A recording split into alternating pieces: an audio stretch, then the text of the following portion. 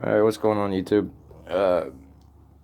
Okay, so I just made a video and I kind of watched it and it didn't really make a whole lot of sense. So I'm going to remake it real quick and hopefully it'll make more sense. Changing the front axle bearings on your dirt bike. That's the main thing I'm doing. It's for an 09 YZ450 Yamaha. A guy told me I needed to buy pull kits and bearing drivers and all kinds of other stuff, but you don't really need to do that. See, my tire no longer wobbles. It's moving because it's on the stand, but whatever. It's not wobbling. It's freaking fantastic. But what you need to do is you start by taking the axle nut off. I'm not good with jargon. I'm going to say that now. You take this axle nut off, and once you take that off, you loosen these bolts here, and that holds that axle in place in there from spinning whenever you're taking this off and on. But once you take those out, you slide that axle out, and then you watch where your spacers are, and make sure you pay attention to which sides they are, because they'll spin around. You might forget which way they go. And there's two different ones. One's got a chamfered edge, and one doesn't, on mine anyways. But pay attention to where that is when you pull that axle out.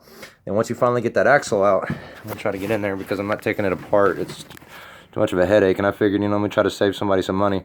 So I'll try to help you. But you see that little black, that's a new one. That's the new rubber seal there. Now you just take a flathead, and we can pop those out. And once you pop those out, then you're looking at your bearing.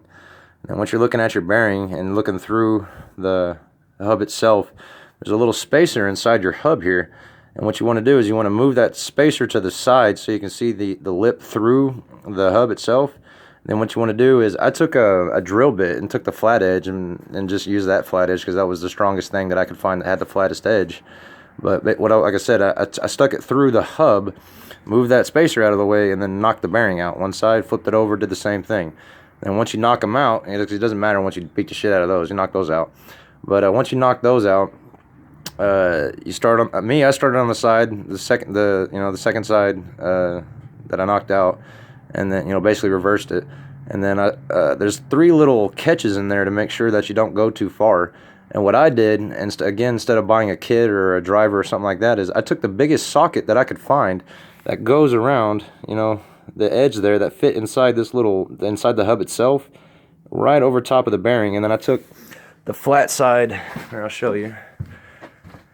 I took the flat side of a socket like that. It was, I didn't have the exact same size, so if I were you, I'd go for the exact right size, just measure it up like that. Just put it to it. Obviously, over there on top of the bearing, not over here. But you just put it on top of the bearing. Make sure you got a good space. And if you really want to be safe, you can stick a bolt through your socket and then put a washer on it. And then that way you've got both sides will be good and flat, and then you'll have a good smacking spot on top of it to boot. But you stick that right on top of the bearing, and then you'll knock that bearing in. And again, like I said, there's three little catches that are built into your hub, and that'll catch the bearing from going too deep into it. And don't hit it too hard. Just put a little bit of grease on it. I did. I don't know if that's whatever, but I put a little bit of grease to help me slide it in. You can see some of it came out right there.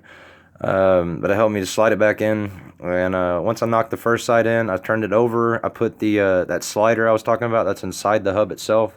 And you don't got to be perfect. I just put it in place, and I kind of just put it, look through it, make sure it's kind of lined up. Doesn't really matter, but I did it anyways. And then I did the same thing with the socket, knocked it in. And as it kind of went in, I was making sure that the spacer wasn't too out of whack or anything. And once you've done that, again, it's got the stopper, so it'll stop. And then you put your little rubber spacer back on that. It'll come in your bearing kit, and then you'll slide your axle back in. Then you'll put your first spacer in. You'll slide through the tire. What I do is right here. People seem to have a problem getting their brake pad or caliper or whatever that is. I forgot what that's called. Sorry. The disc there. They have trouble getting this into the brake pad. Just use your finger right there on the other side. Like if you go to the other side, you can get your finger in there and get to the bottom of it like that. I don't know if you can see it very well, but you can get to the bottom of it and spread it open as this is going into it. That'll help you. If you start from the bottom and then push it up, it'll be fine. Then once you get that in, obviously you've got your spacer on the other side here, and then just make sure that's aligned. And then what I did was I got everything ready, and then I just kind of put everything in place. And then once I got ready to the other side there, I had like the end of the axle there right here. And then once I got that ready, I was kind of holding the tire, and I took a hammer and I just kind of tapped it in lightly. Again, I put a little bit of grease on it to help it slide in there. I would not put a lot of grease right here on the outside of this, because obviously this doesn't need to spin inside of the arm here. Anyways, once you get that taken care of, you got everything slid through, you knock that all the way in. Just get it kind of flush. As you can see, it's not perfectly flush, but it didn't really matter because that's how it's been for a long time. But I just put that in. I didn't keep knocking it because it'll just keep bouncing in and out, and there's no reason to keep hitting it. But once you get it in right there, come over here and put your axle nut on, get it in as far as you can until this starts spinning.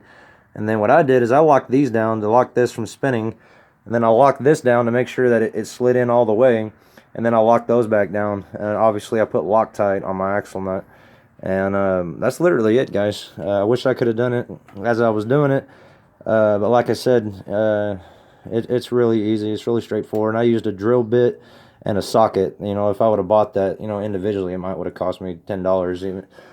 For some cheap ones, but I had a line around the house, so it didn't cost me anything to knock it out. Yeah, again, 2003 to 2013 Yamaha YZ250 and 450. This is going to work on, and I'm going to guess any other bearing out there that's kind of pushed in like that, as long as they're not like pressed in by machinery or something. But I don't know of any like that. So, but I'm not a mechanic, dirt bike mechanic. So, yeah, if you have any questions, post them below in the comment section, and give me a thumbs up if you like it or if it helped you, or give me some ideas or something. I'll take it easy.